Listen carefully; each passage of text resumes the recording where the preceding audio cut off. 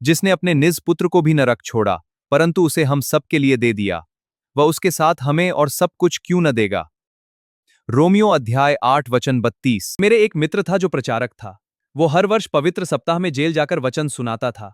वचन सुनाते समय वो कैदियों से पूछता, यीशु का वध किसने किया, क्या तुम जानते हो? कुछ लोग कहते, उसे सैनिकों ने मारा, कुछ कहते यहूदियों ने मारा, और कुछ कहते पिलातुस ने उसे मरवा दिया।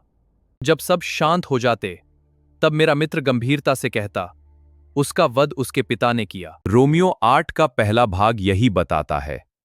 उसने अपने पुत्र को भी न छोड़ा, अर्थात परमेश्वर ने अपने उद्धार की योजना के अनुसार अपने पुत्र को हमारे लिए सौंप दिया।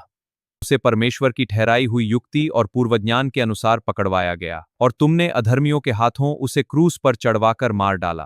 प्रेरितों के काम अध्याय 2 वचन 23। यशायाह 53 इससे भी अधिक स्पष्ट रूप से कहता है, तो भी यहोवा को यही भाया कि उसे कुचले, उसने ही उसको दुख दिया। निश्चय उसने हमारे रोगों को सह लिया और हमारे ही दुखों को उठा लिया, परंतु हमने उसे परमेश्वर का मारा कूटा और दुखित समझा।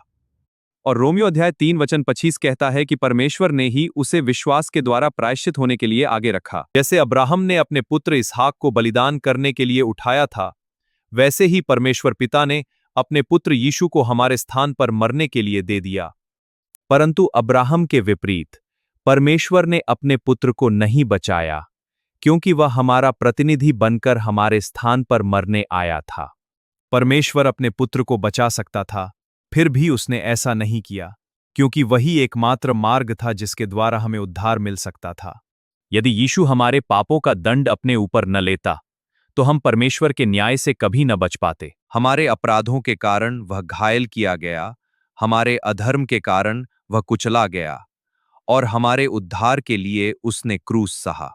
रोमियो अध्याय 8 वचन 32 मेरे लिए पवित्र शास्त्र के सबसे बहुमूल्य वचनों में से एक है, क्योंकि यह मुझे आश्वासन देता है कि परमेश्वर का प्रेम पूर्ण और अटल है। यदि परमेश्वर ने अपने पुत्र को भी मेरे लिए दे दिया, तो वह मुझे अनंत जीवन और अपनी उपस्थिति की सारी आशीषें भी अवश्य देगा।